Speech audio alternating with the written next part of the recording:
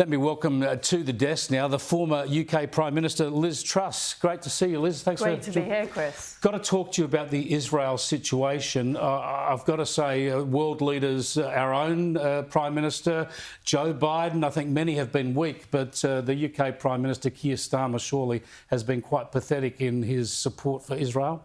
Well, he's been hopeless, absolutely hopeless. What has happened in Britain is there's been a partial arms embargo put on Israel just when they need the weaponry to deal with these appalling terrorist attacks. And it's the same issue as here in Australia.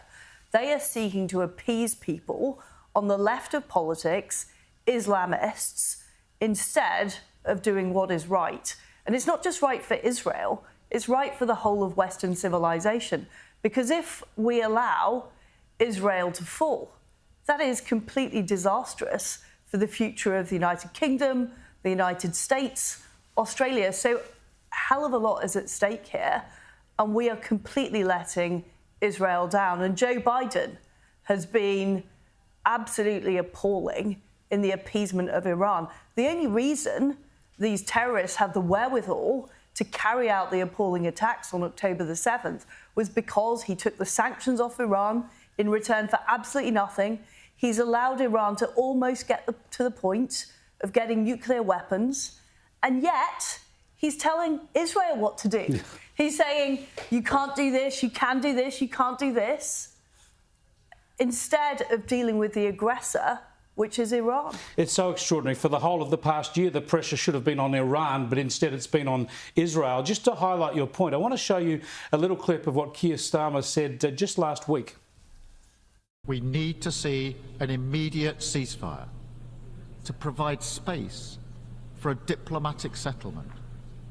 And we are working with all partners to that end, because further escalation serves no one. Yeah, there he was. And now look, Joe Biden, the UN, other countries, European nations and Anthony Albanese were calling for that same ceasefire. If that ceasefire had been adopted last week, Hassan Nasrallah would still be alive and leading a terrorist war against Israel, not to mention countless Hezbollah rocket installations would still be in place in southern Lebanon. That is absolutely right, and it's Israel that is showing leadership.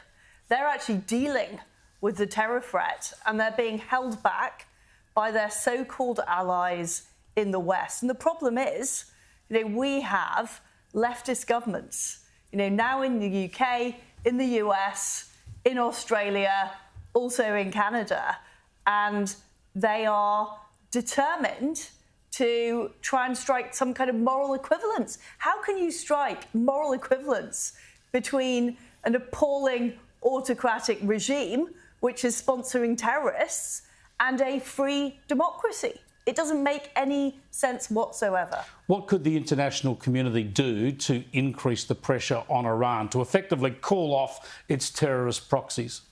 Well, first of all, we should put the sanctions back on. Yep. I mean, it's absolutely appalling those were taken off. We should give Israel full freedom of manoeuvre.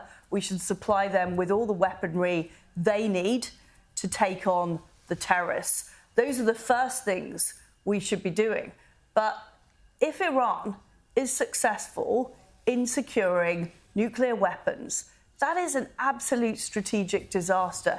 And the reason we're here is because of the appeasement policy, particularly pursued by the Biden administration. Yes, the UK haven't been good enough. Yes, Australia has not been good enough. But it's ultimately the Biden administration that hold the key, and they have been an absolute disaster. And heaven help us if President Trump does not win in November. Heaven help us. We await Israel's response against Iran. When you talk about their progress towards nuclear weapons, this would be a likely target, wouldn't it? Israel might be able to try and strike facilities that are important in Iran's nuclear capability. Yes, that's absolutely right. And it's vital that Iran is stopped from getting nuclear weapons. And that was the point of those extra tough sanctions, was to stop that happening. And now They are very, very close. Well, it's great to have you in Australia. I've got a couple of other questions I've got to run by you first. You're here for a CPAC conference, a conservative conference, almost in the American style of conservative conference here in Australia.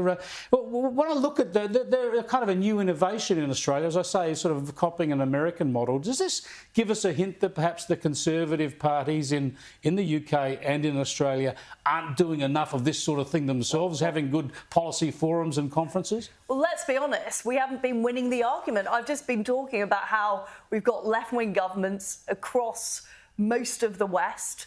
And if you look at everything from climate change extremism to the human rights culture to the huge levels of migration that are taking place, we have a massive problem in Britain with small boats across the Channel. If you look at the wokery and the shame that people on the left try and inculcate about our country, our history, our culture, if you look at all those things, the establishment has been moving to the left. Yeah. You know, whether that is media organisations, corporations, the bureaucracy. Universities, and we need the works. Universities, well, they were the start. That's where it all started. But, you know, we need to be much more forceful in pushing back. And too many so-called conservatives have got along with this stuff. Well, that'll all be happening. In order to stay in power or to, appease their friends at trendy dinner parties. Yep. They've gone along with this stuff. And what is important about CPAC is this is the fight back. And we need this fight back because we need to get Conservative governments back in power.